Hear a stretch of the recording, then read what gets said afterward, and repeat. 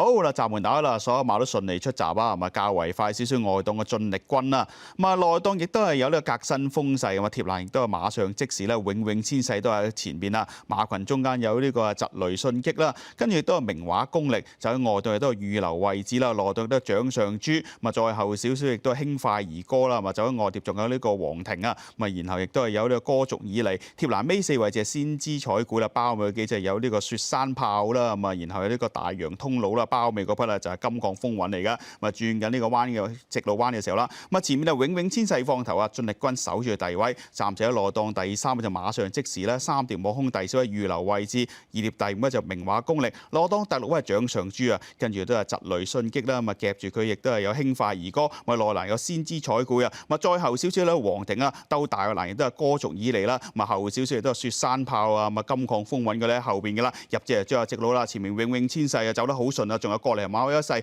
首爾隊嘅進力軍啊，咁啊中檔有預留位置啦，羅蘭等緊位啊，亦都係有呢個掌上珠啦，馬上即時啦，咁啊出邊上緊嚟亦都係有呢個疾雷迅擊咁嘅，咁啊兜到之後200零米就係前面永永千世2領先啦，出邊呢馬上到嚟啦，就係疾雷迅擊啦，大外檔亦都上緊，亦都有大洋通路啊，咁啊出邊上緊啊嘛，仲有呢匹金礦風雲嚟嘅，接近咗嘅時候，哇出邊嘅金礦風雲幾個節目過晒啦，金礦風雲夜晚啦，大洋通路同埋呢個疾雷迅擊影相爭第二啊！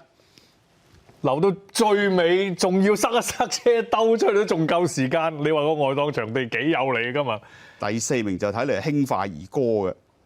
69定64咧？係啦，睇下69定64，都仲趕得切，衝殺。其實我睇住佢包尾入直路，有啲驚，喂唔係嘛？依家係頭嗰3名有2隻。